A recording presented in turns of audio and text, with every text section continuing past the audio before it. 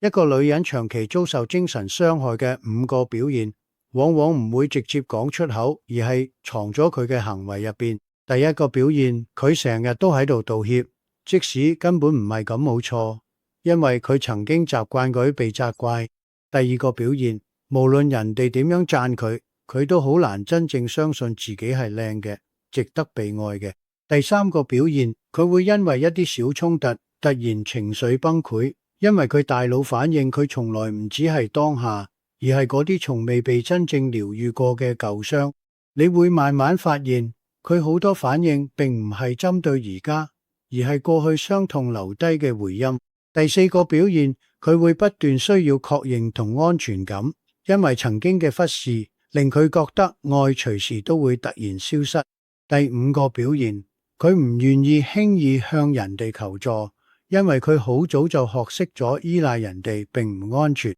好多人眼中咁嘅安全感，其實只係一個長期承受情緒傷害嘅人形成嘅自我保護機制。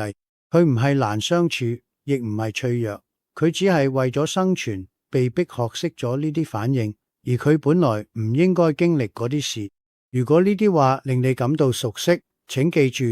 療癒係真實存在嘅，佢唔係一夜之間發生，而係一步一步、一日一日慢慢完成。已經有超過2000位女性開始隸屬於自己嘅療癒旅程，好多人亦因此徹底改變咗自己嘅人生狀態。如果你都準備好開始面對自己，你可以透過主頁連結，如果呢段話觸動咗，你就喺評論區留低